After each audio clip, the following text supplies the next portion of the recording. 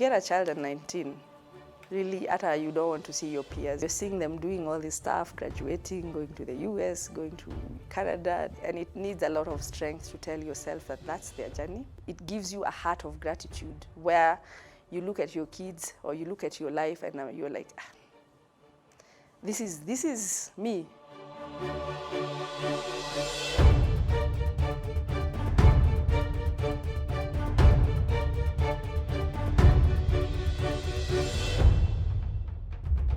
This is the Legend Jasiri edition.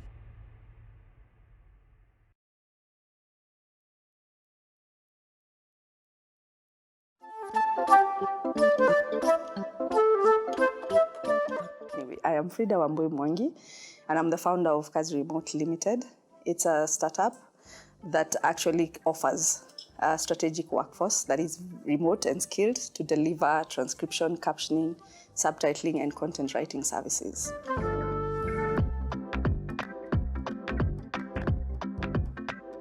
So I'm born and bred in Nairobi. I was brought up in the Eastlands environs, so Isili, Huruma, Dandora, that's Mini Wamta. And then I went to Juja Road Primary School, that's around Pangani area. Did well and went to State House. Girls, that was a culture shock, I can assure you, coming from Eastlands, where everyone would be asking you, which school were you in? And everyone is from Makini, Riara. I knew you were here saying Juja Road. They're like, where is that? So, but I had a very supportive mother who would be like, don't worry about it. We are paying the same school fees. There's a reason you went there. It's because of your marks. So just be comfortable and study. But then I come from a very humble background. And I usually see that maybe we use the word humble to make it look good, but it's a poor background. And by the time I was in Form 2, there was no way of raising my school fees.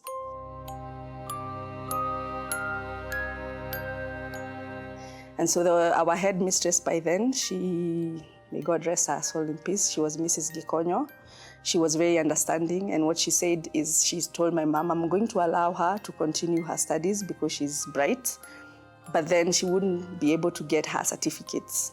So just work hard and ensure that by the time she clears, you have the money and so that she can get her certificate. So I cleared in 98, got a B. I was supposed to get to university, but that didn't happen because of the certificates and the fact that we still didn't have money. So I had a lot of dreams, I would say, the ones you say I want to be. Personally, I wanted to become a pharmacist. That's what I wanted to become. But then that didn't happen. And then you of course, you feel like the world has just ended on you right there. And you go back home, you had passed, but that's it.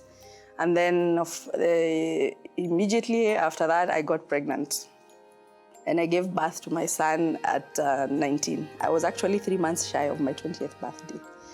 And the guy who made me pregnant was still in campus. So see, I had to stay with my mom for some time. But then we got back together after he'd cleared and added more. So another 2 boys and a girl. So when I had the boys, I think I was still okay being a housewife because I've really never worked after that. I was a full-time housewife, and I was very okay with that. But then they got to a point where they started telling me that, Mom, I'm going to be very rich and then I'm going to marry someone and they're going to stay at home and take care of the kids like you. And so that was a light bulb for me. I was like, hey, in what generation are you going to get a girl who wants to stay in the house? So I told them, no, you work hard, that's fine, but you need to be prepared that you're going to get a woman who's also independent or who is working. But I thought I'm the one who's given them that example because I'm there taking care of them full time. The dad goes and come back. So when I got my girl, who is a little one, I felt like I needed to do something because I needed to set another example for her. So on her first birthday, that's 2015, her birthday is in May. I sat down and I decided I have to do something now. But what do I do? Because you see, that is like 17 years gap period. So you can't start going back to asking for employment. And then I didn't want to do something that would take me out of the home. I had gotten used to managing them, taking them to school in the morning. They're finding me at home and such. And so I had two choices. Of course, the famous one is being an entrepreneur, find places you can supply beans or whatever. And then I tried that. It was very murky for me because of the corruption and all those things. So I didn't even start. I just left it and decided, that's not the path for me. But then I had heard about online work, and I decided I'm just going to give myself some time and research this thing. And if it works, it works. If it doesn't, maybe we'll try another thing. So I asked my hubby to get me internet in the house by then. And it was a huge thing because we went together to Telcom to look for a modem, by then. And I told him I just need, just make sure that there is internet for a full month because I need to find out if this thing works. It's stories people say. So I researched on my own, found a lot of scams. And then I found out that there's a Facebook community right here in Kenya that does online work. I joined in, followed it for a full month, and I realized there's so many things that you could do. But then again, here I am minus any higher education and then no technical skills. So what can I do? And then there was transcription, where I just needed to understand accents and type them out, find clients, and I would be working very well and remotely from home. So I talked to one of the ladies who was a trusted trainer and told her that I was interested. And she asked me for 1,000 shillings. That one, I did not say that I am paying 1,000 shillings. I knew I would be told that it was a scam at home. So I just paid and kept quiet and waited for this lady to talk to me. The 1,000 shillings disappears. But then she responded and she started sending me the tutorials over email. So yet another new thing that you have to do. You're learning through emails, and it was a 10-day training. So 10 days we did the training, and she would have assignments like every day.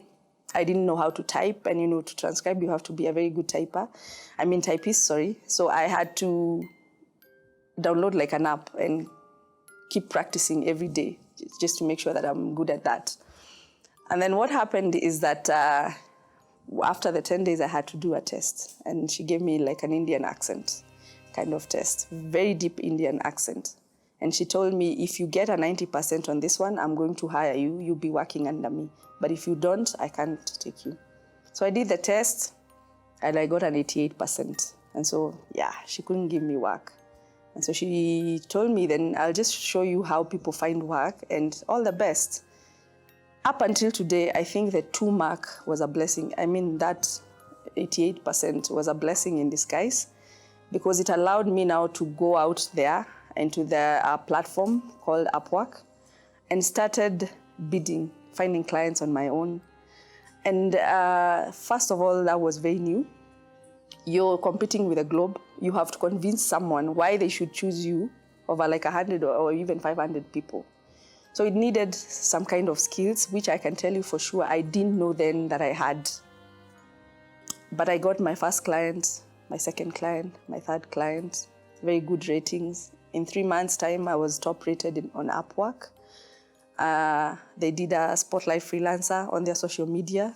And they actually told me, you need to send a photo that shows you work remotely.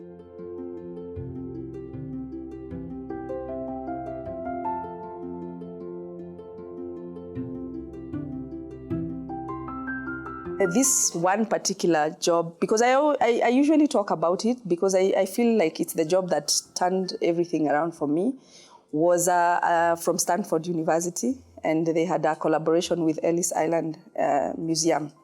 So they wanted people, they had oral history on tape, and they wanted it, they had of course digitized it, but they wanted it transcribed so that they can put it on the museum for the generations of those who left Europe during World War I and II to always refer to their families who went to America by then.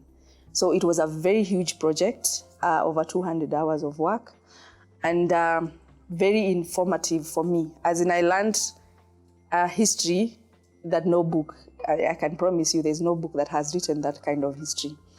And so with that, I started outsourcing. So I got this lady to give me the people she had trained, and I started outsourcing work for that.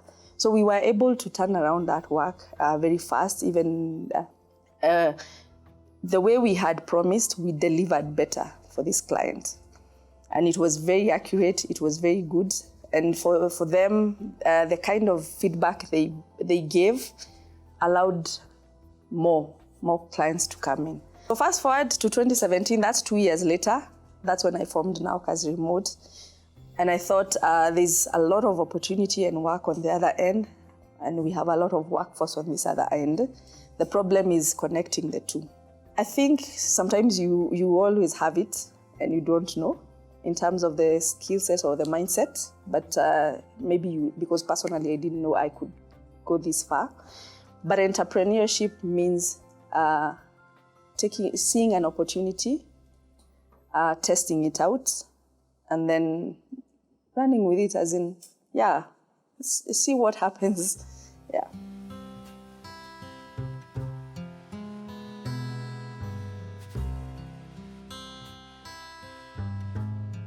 There's no formula to become an entrepreneur, but then once you get in there, you need structures to become successful.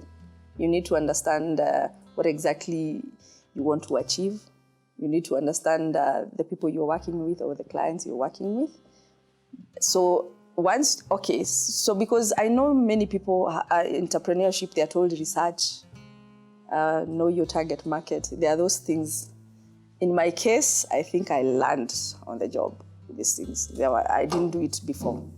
I would say my capital was 1,000 bob for the one that I paid for the training, and the one that we used to buy the internet, the gadget and the internet. And then in terms of a laptop, I didn't even have. I used to use hubbies.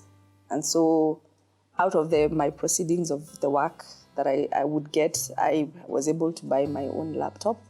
And then in terms of the company, it's also that, as in it was from the amount of money I had made, which was actually 30,000 for the lawyer who was supposed to register the company. When you're brought up in some communities, like I said, where I think poverty surrounds you, and you have to make a decision that I have to get out of this. As in, there's no uncle somewhere coming to rescue you. It has to come from you. You have to make a decision, and then you fail over and over. And I think even for being someone who had ambitions in high school and that didn't happen, I think it takes a lot of strength to rise again and to tell yourself that, Sawa, that didn't happen, but what can I do right now with this situation that I am in? So I think in terms of, what can I say, being your own cheerleader. So, sometimes I even tell my kids that you don't need anyone to motivate you. Your mind will tell you things, negative things, but again, you have to sit down with your mind and tell your mind, we are not going that route. This is the way. So it has a lot of self-motivation and a lot of self, what can I say, as in you push yourself.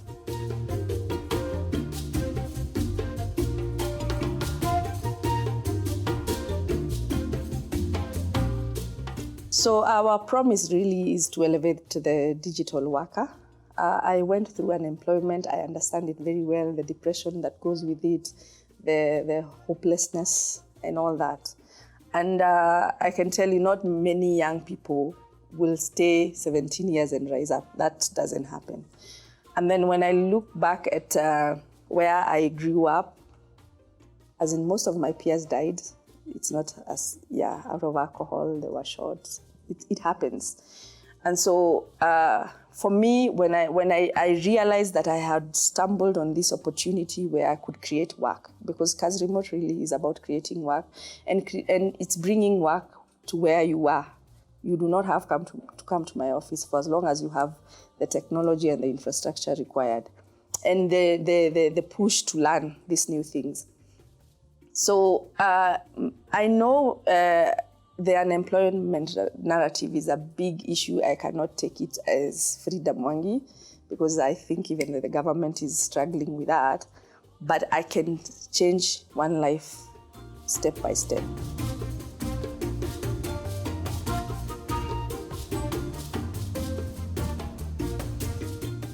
I realized when I was a freelancer, I was giving 5 people work consistently. As in, their bills were being paid because of what I was doing. What if I just make this formal and continue finding this work, training people? And even if I train you and I'm not giving you work, I have empowered you in such a way that you can now go out there and find your own work. So that really was the basis of forming Kazi Remote. And so far, I have a database, the one that I can tell you that people who have gone through my hands, either I've given them work or I've trained them and they are working, is over 250. So for me, it's impact already.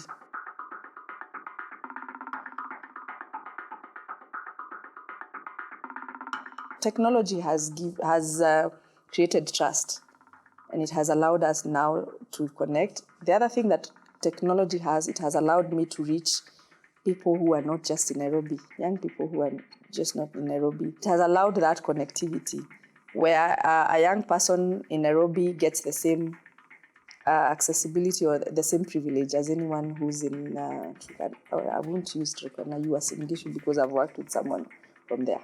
My biggest challenge actually is the workforce, the skills. So I'm working with millennials, most of them, or younger. They do not want to work like 8 hours nonstop. The other thing is that someone will tell you that, yes, we can work together, and then they ghost you. So what I've learned is that when I give them work, I do not give them specific deadlines to what the client is looking for. I'll have a margin, because when you do not deliver, then I have time to turn around and find someone else to do it, or I can even do it or someone else can do it. Then the other problem is remote working. Of course, there's internet issues. There's power, which is most of what they will use as an excuse. So what I've done with them is that I give them work 4 hours a day. And then, it gives them that thing of flexibility. It's a side hustle. I am doing this thing only 4 hours a day.